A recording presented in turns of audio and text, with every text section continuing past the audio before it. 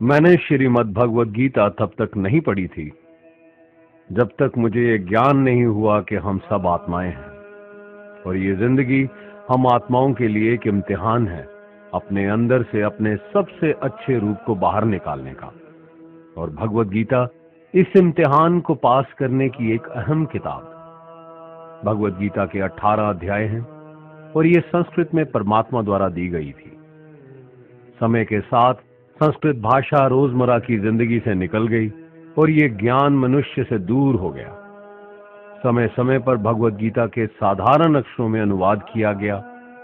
इसी कोशिश को आगे बढ़ाते हुए आने वाले 9 मिनटों में भगवद गीता के कुछ अहम हिस्सों को अपने गुरु के आशीर्वाद से एक आसान रूप में मैं अपने 7 बिलियन भाई बहनों के चरणों में समर्पित कर रहा हूं। ये ज्ञान परमात्मा ने भगवान कृष्ण के द्वारा सबसे बड़े धर्म युद्ध महाभारत की रणभूमि कुरुक्षेत्र में अर्जुन को कुछ 5000 साल पहले दिया। ये वो वक्त था जब धर्म का बार बार उल्लंघन हुआ, परमात्मा का डर मनुष्य से निकल गया। लालच की होड़ में भाई ने भाई को मारने की कोशिश की और यही नहीं, एक ब्याहता औरत को भरी सभा में अपने बड़ों के सामने अपमानित किया गया।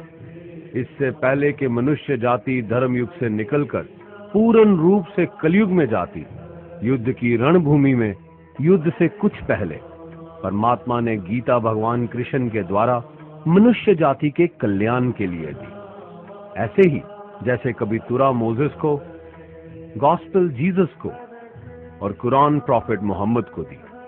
गीता, बाइबल, कुरान, तुरा, गुरु ग्रंथ साहिब परमात्मा द्वारा दी गई किताबें हैं जो किसी एक धर्म के लिए नहीं बल्कि पूरी मनुष्य जाति के लिए है, पूरी इंसानियत के लिए है, सब आत्माओं के लिए है। क्योंकि ये आत्मा को परमात्मा के बारे में, उसकी सृष्टि के बारे में और सबसे अहम ये उन कायदों के बारे में समझाती है जिनका आत्मा को मनुष्य के रूप में हर हाल में पालन करना होगा, रक्षा करनी होगी। और इन्हीं कायदों की बुनियाद पे एक आत्मा को शरीर त्यागने के बाद परखा जाएगा और इस परीक्षा से पास होने पे हमेशा के लिए इस जन्म और मृत्यु से मुक्ति मिलेगी। परमात्मा भगवद गीता में कहते हैं कि मैं ही सबकी शुरुआत हूं, मैं शुरू से भी पहले था और सब खत्म होने के बाद भी रहूंगा। सब मुझ में है और मैं सब में हूं। जो भी तुम छू सकते हो, देख सकते हो, चख सकते हो या सुन सकते हो, वो सब मैं हूं।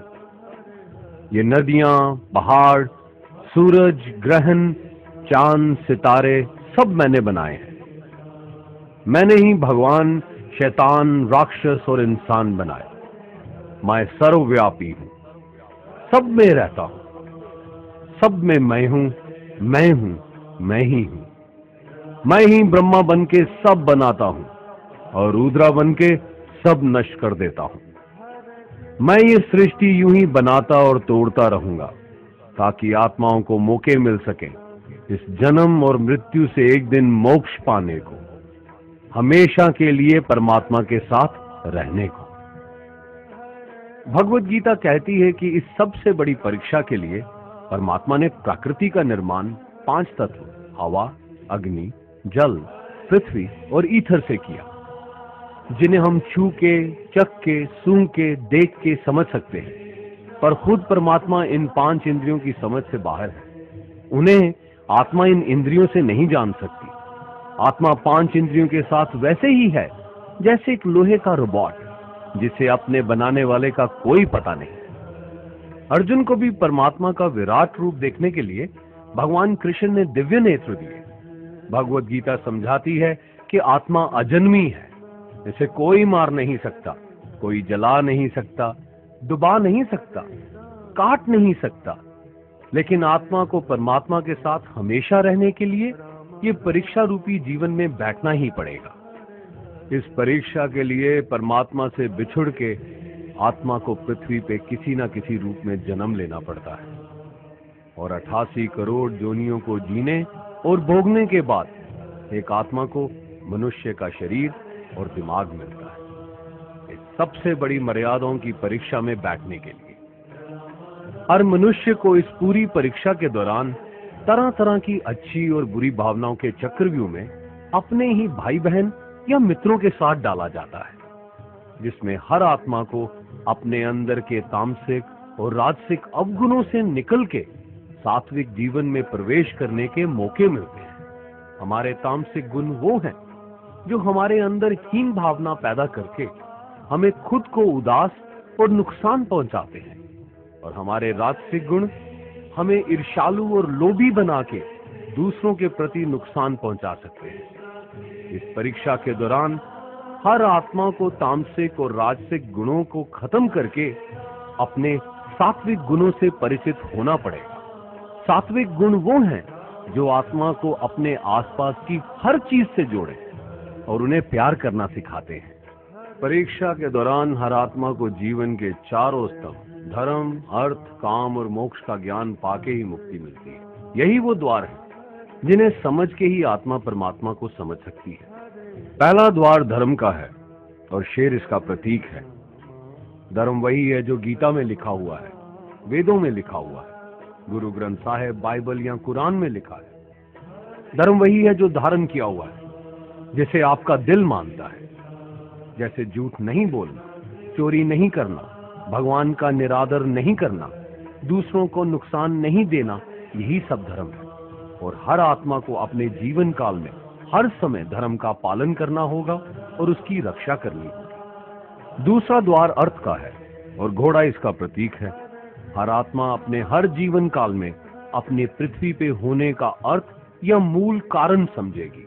इस जिंदगी में भोगने वाली चीजें और रिश्तों का आनंद लेगी। अच्छा बेटा या अच्छी बेटी, अच्छा भाई या अच्छी बहन, अच्छा पति या अच्छी पत्नी बनके हर दुनियावी रिश्ते पर खरी उतरेगी और इस परीक्षा को पास करेगी। तीसरा द्वार काम का है। भगवत गीता समझाती है कि हर मनुष्य के अंदर काम, क्रोध, लोभ, मोह, अहंकार और ईर्ष्या जैसी 6 भावनाएं हमें अपने और दूसरों के प्रति नुकसान पहुंचा सकती हैं। इन भावनाओं को हर मनुष्य को हमेशा अपने नियंत्रण में रखना होगा, क्योंकि इनके बहाव में किया हुआ कोई भी काम हमारे जीवन भर की परेशानी का कारण बन सकता है। और एक आत्मा संतोष और सादगी से इन भावनाओं पे हमेशा के लिए विजय पा सकती है। चौथा स्तंभ मोक्ष का है और हाथी इसका प्रतीक है। इस परीक्षा रूपी जीवन में हर मनुष्य हर समय कुछ इच्छाएं रखता है। कुछ इच्छाएं एक ही जन्म काल में पूरी हो जाती हैं, पर कुछ अधूरी रह जाती हैं और उनके पूरा होने के लिए आत्मा को वापस पृथ्वी पे आना पड़ता है। भगवत गीता समझाती है कि हमारी इच्छाएं ही मूल कारण हैं हमारे पृथ्वी पे वापस आने का, और अगर हम कोई भी इच्छा ना रखें तो हम इस जीवन और मृत्यु से मुक्त हो सकते हैं। ये द्वार माफी का भी है। जिन्होंने आपके साथ बुरा किया उनको माफ करके और जिनसे आपने बुरा किया उनसे माफी मांग के मुक्ति पाई जा सकती है। जब तक आत्मा इन चारों दरवाजों धर्म, अर्थ, काम और मोक्ष को समझ नहीं लेती, तब तक आत्मा को बार बार इस मनुष्य रूप में आना ही पड़ेगा। परीक्षा का समय खत्म होते ही आत्मा शरीर और अन्य सब वस्तुओं का त्याग कर देती है। जो भी संसार में रहकर बनाया वो अब किसी और का होगा, और आत्मा अपने कर्मों के फैसले के लिए चली जाती है। आत्मा के अच्छे बुरे कर्मों का हिसाब होता है। अपने अच्छे कर्मों के लिए आत्मा कुछ वक्त के लिए स्वर्ग और दुष्कर्मों के लिए नरक पे चले जाती है। नरक में आत्मा को अपने पापों के अनुकूल सजाएं मिलती हैं, पर सजा खत्म होने के बाद आत्मा को फिर से एक नया शरीर और नया दिमाग मिलता है इस परीक्षा में फिर से बैठने के लिए। और हर परीक्षा में वही सब फिर दोहराया जाएगा, जिंदगी के 4 स्तंभ धर्म, अर्थ, काम और मोक्ष को समझने के लिए। हर जन्म में अपने कई जन्मों के कर्मों के हिसाब से हर आत्मा को कभी अच्छे और कभी बुरे हालातों से जाना पड़ता है। लेकिन जब तक आत्मा परमात्मा के साथ योग को नहीं समझ लेती, वो मुक्ति नहीं पा सकती। भगवत गीता समझाती है कि मनुष्य अपने शरीर, दिमाग या दिल से भगवान को पा सकता है। शरीर द्वारा किए कर्मों के माध्यम से परमात्मा को पाने को कर्म योग कहते हैं। ऐसे कर्म जो परमात्मा की इच्छा से हो और दूसरों के कल्याण के लिए हो। वाल्मीकि ने रामायण लिख के श्रवण ने अपने माता पिता की सेवा और उन्हें चार धाम की यात्रा करवा के, मदर टेरेसा ने अपने प्यार और सेवा के माध्यम से, और मैडम क्यूरी ने वैज्ञानिक खोज में अपने जीवन का बलिदान देके अपने कर्मों द्वारा परमात्मा को पाया। भगवत गीता समझाती है कि एक आत्मा दिमाग से भी परमात्मा के साथ योग लगा सकती है। इसे राजा योग कहते हैं, क्योंकि दिमाग या मस्तिष्क सब इंद्रियों का राजा है। एक मनुष्य अपनी आस्था, सांस प्रणाली, आसन, अभ्यास, साधना और तपस्या से परमात्मा को इस योग के रास्ते पा लेता है। इस योग को समझने के लिए हमें अपने अंदर की एनर्जीज यानी चक्रा और कुंडलिनी को समझना पड़ेगा। आत्मा मस्तिष्क से मेडिटेशन या ध्यान लगा के परमात्मा के साथ योग लगा सकती है। शंकराचार्य, स्वामी परमहंस, स्वामी विवेकानंद और उनके जैसे कई योगी इस योग के रास्ते परमात्मा के साथ संधि लगा पाए। परमात्मा भगवत गीता में कहते हैं कि अगर किसी आत्मा को धर्म ना भी समझ आए, योग ना भी समझ आए, पर अगर वो मेरी शरण में आ जाए तो मैं उसके सारे पाप माफ कर देता हूं। परमात्मा को ऐसी दिल की गहराइयों से पुकार के पाने को भक्ति योग कहते हैं। चैतन्य महाप्रभु, मीराबाई और भगवान हनुमान इस योग के सबसे बड़े उदाहरण हैं।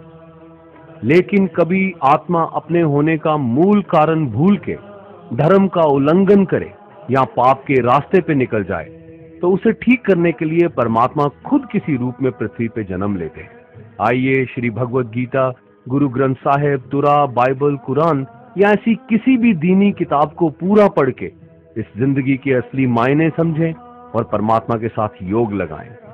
अगर आपने इसे पसंद किया तो इसे औरों को बांटिए, ताकि सब आत्माएं अपने यहां होने का मूल रूप समझ सकें और इस जन्म और मृत्यु से मुक्ति पाके हमेशा परमात्मा के साथ रह सकें। धन्यवाद।